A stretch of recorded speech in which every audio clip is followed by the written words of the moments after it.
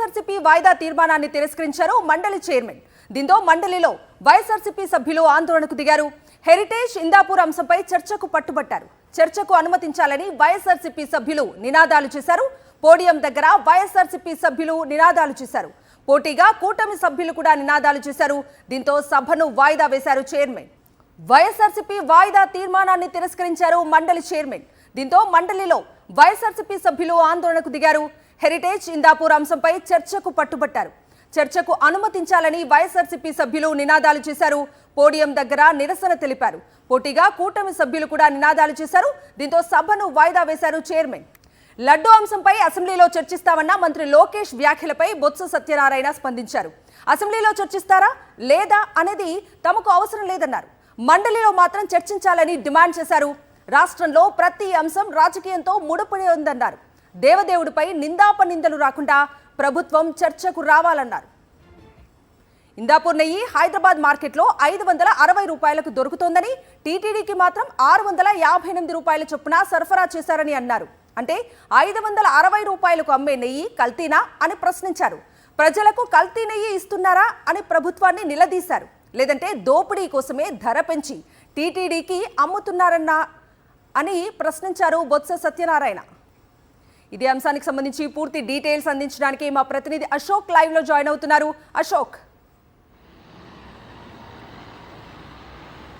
5వ రోజు కూడా శాసనమండలిలో ఇందాపూర్ అలాగే హెరిటేజ్ మధ్య ఉన్న సంబంధంపై చర్చ కొనసాగాలంటూ కూడా వైఎస్ఆర్సీపీ వాయిదా తీర్మానాన్ని ఇచ్చిన పరిస్థితి ఉంది. అయితే ఈ వాయిదా తీర్మానాన్ని మండలి చైర్మన్ తిరస్కరించారు. ముఖ్యంగా ఈ చర్చకు ప్రభుత్వం భయపడుతున్నట్టుగా కూడా చాలా స్పష్టంగా తెలుస్తోంది. ఎందుకంటే ఎట్టి పరిస్థితుల్లోనూ ఇందాపూర్ హెరిటేజ్ మధ్య చర్చ కనుక జరిగితే కనుక ఏదైతే తిరుపతి లడ్డు మీద జరిగిన విష ప్రచారం కావచ్చు, దాని వెనకున్న ఏదైతే దోపిడీకి సంబంధించి మొత్తం వ్యవహారం బయటపడుతుంది. దీంతో అటు చంద్రబాబు కావచ్చు, లేదంటే హెరిటేజ్ సంస్థకు సంబంధించిన ఆ సంబంధాలన్నీ కూడా బయటపడతాయని టీడీపీ నేతలు భయపడుతున్నారు.